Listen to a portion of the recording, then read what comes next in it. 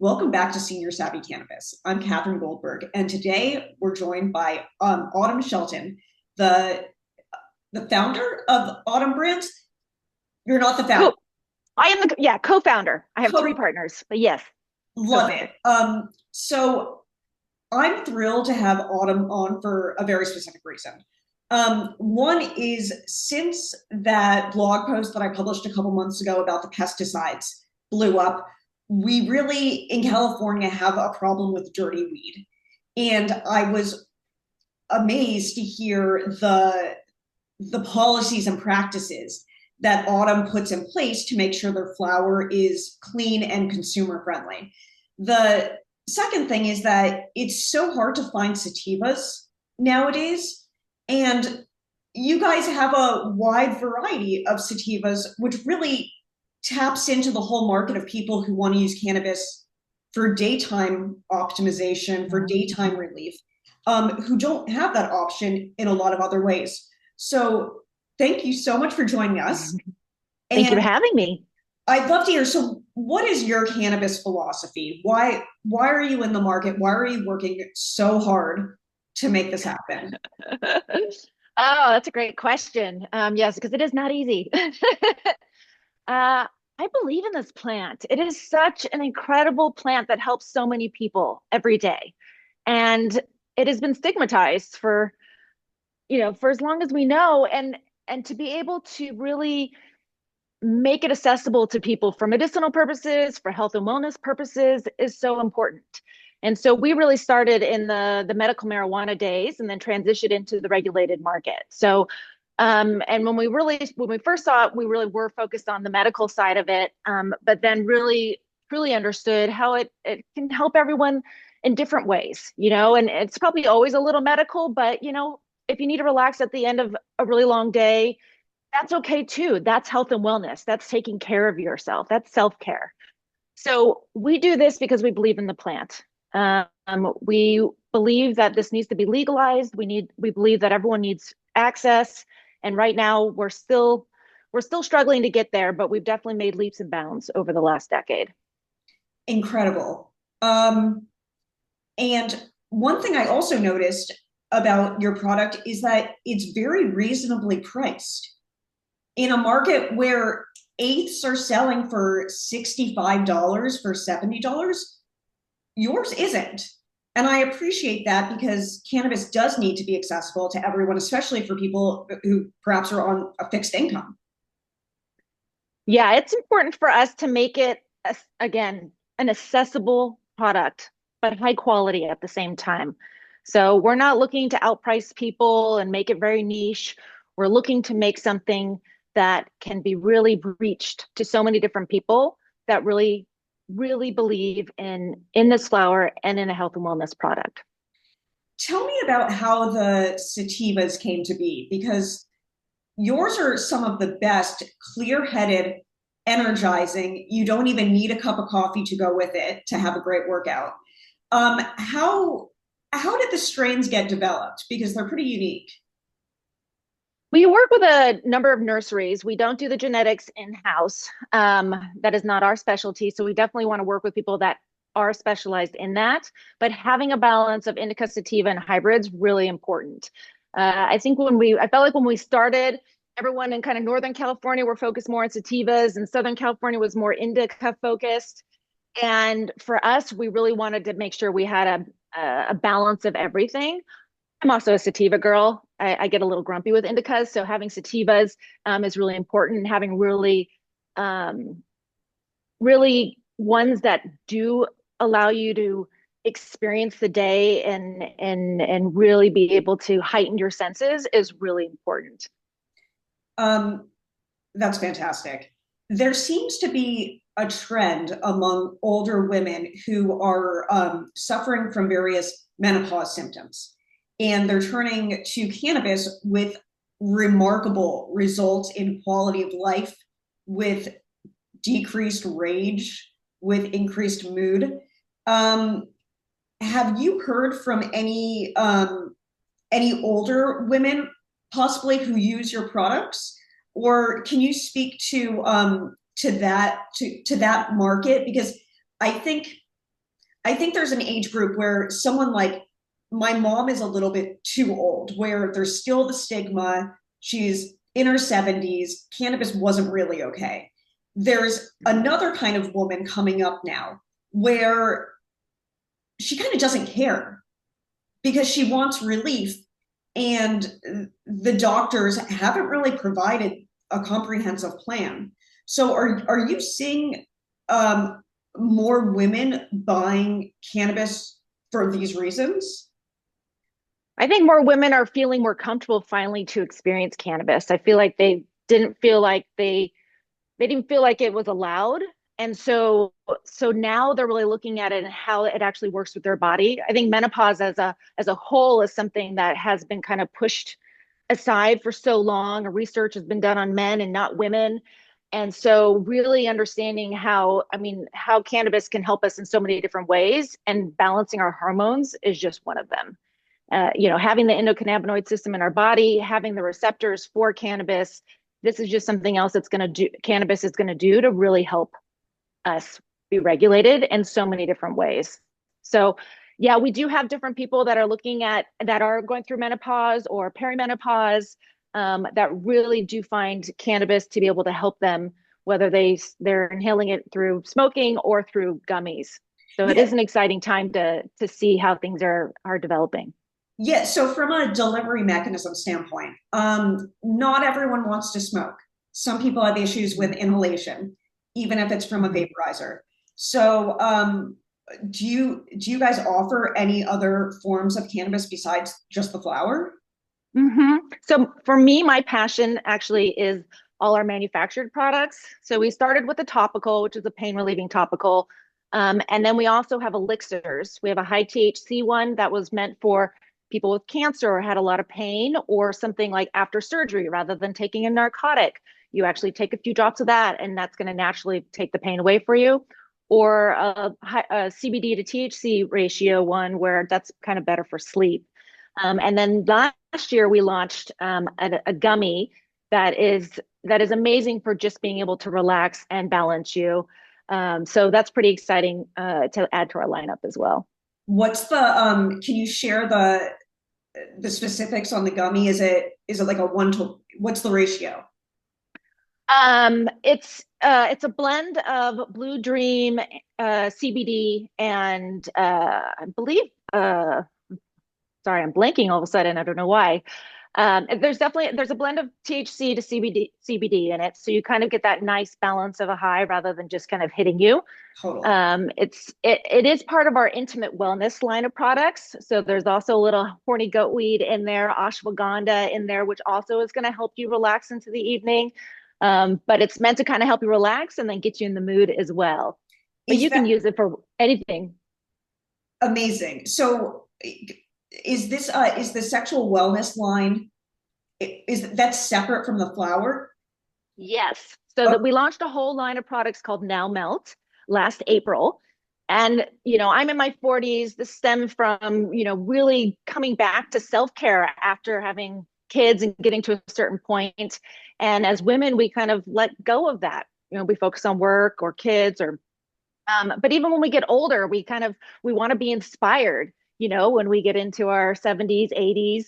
And so I really wanted to have a line of products that you really encompass all together. So there's this incredible bath crystal where you and your partner or you by yourself, um, enjoy the bath, take a gummy.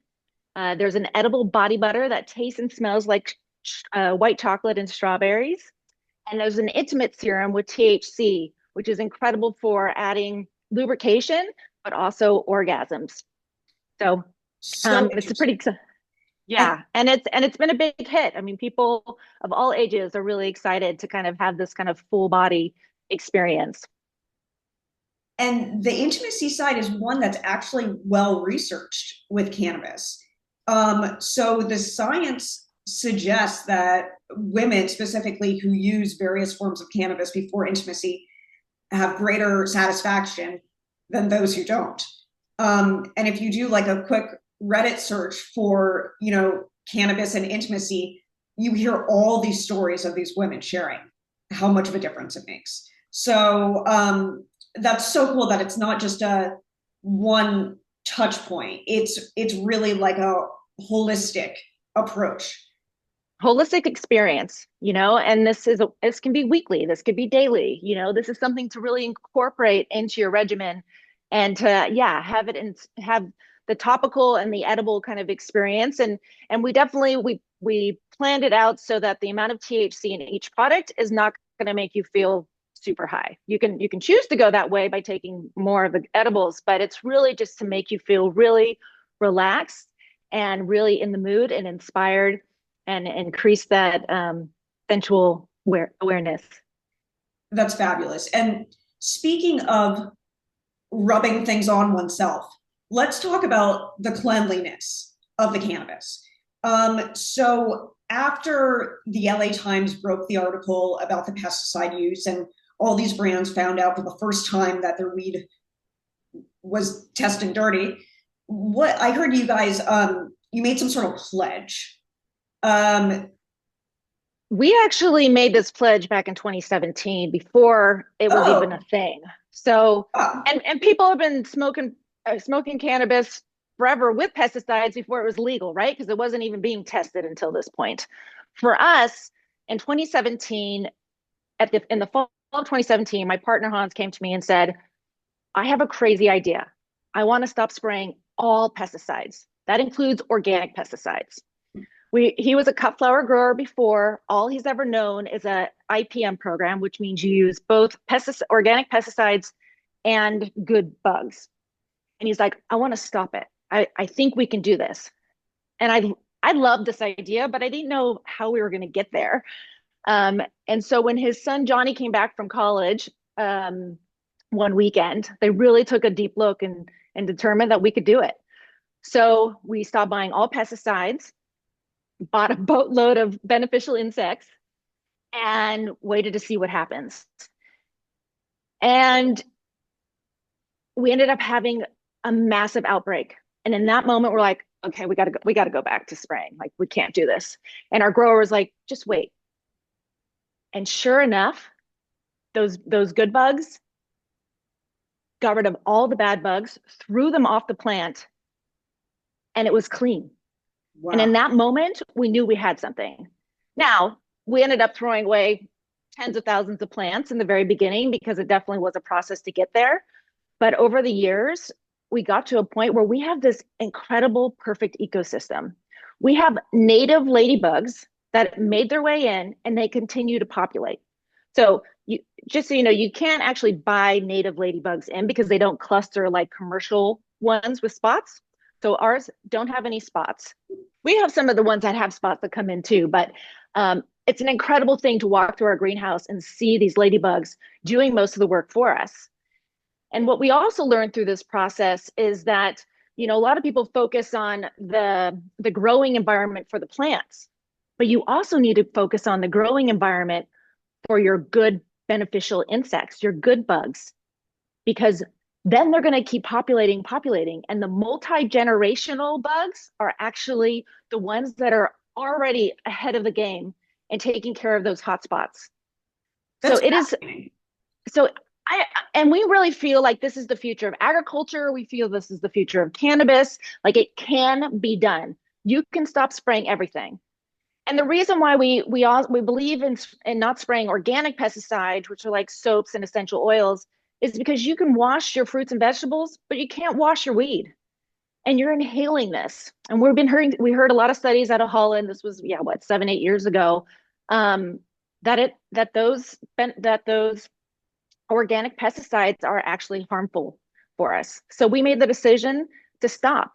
And it's for human health. It's for people with medical conditions. It's for people without medical conditions. Like, this is what it should be. We didn't do it because there was an article or because we're making a pledge. We did it because we thought and knew inside our hearts that it was the right thing to do for consumer health. that is so cool. And it also makes me think, is that why your weed tastes so much better than everything else on the market? So a lot of people also think that if you flush the nutrients out, Yeah, that's going to reduce the harsh smoke here. But really, it's eliminating all the pesticides is what's going to really reduce and take it away. So that is why our flower does taste in our opinion, so much better because it truly is clean, and you're not getting any pesticides whatsoever. That's fantastic. Um, every time I talk to people, it seems like we got the memo that cannabis can help.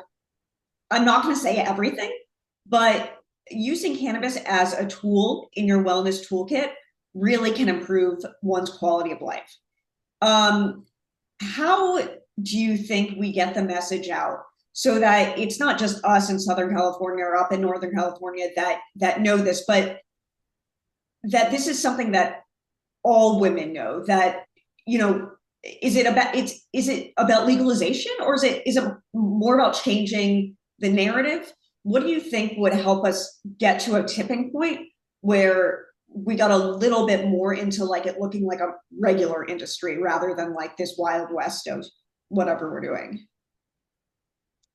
These are also great questions. I think that, we're in California, we're struggling as an industry because we don't have enough access for people. We don't have enough dispensaries. There's too many towns and cities that don't allow for dispensaries.